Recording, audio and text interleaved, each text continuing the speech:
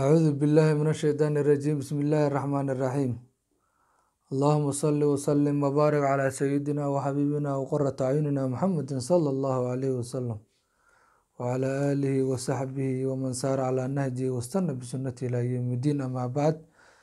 walaalaha muslimiinta meel kastoo nagala socotaan oo naga daawanaysaan assalaamu calaykum waraxmatullaahi wabarakaatuh insha allahu tacaala maanta hal xadiiso aada u qiimo badan baa meeshan kusoo gudbin doonaa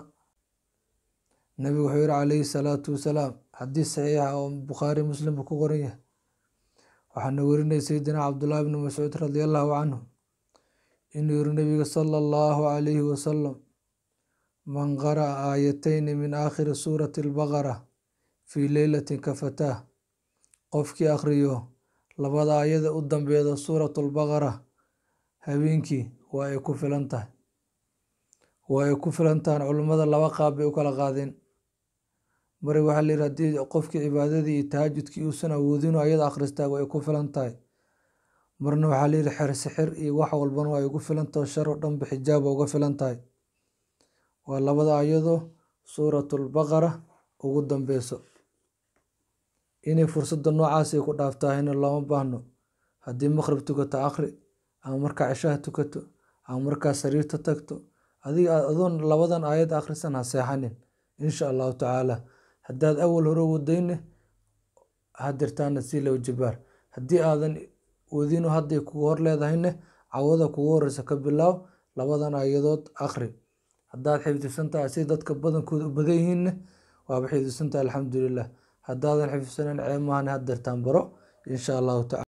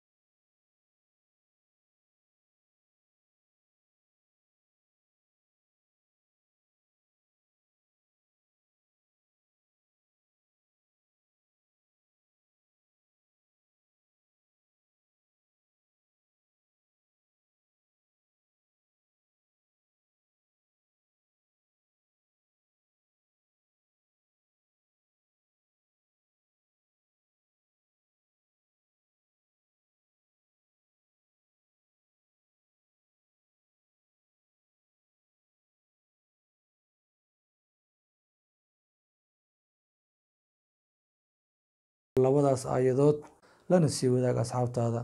Hada billahi towfiiq. Asalaamu calaykum waraxmatullaahi wabarakaatu.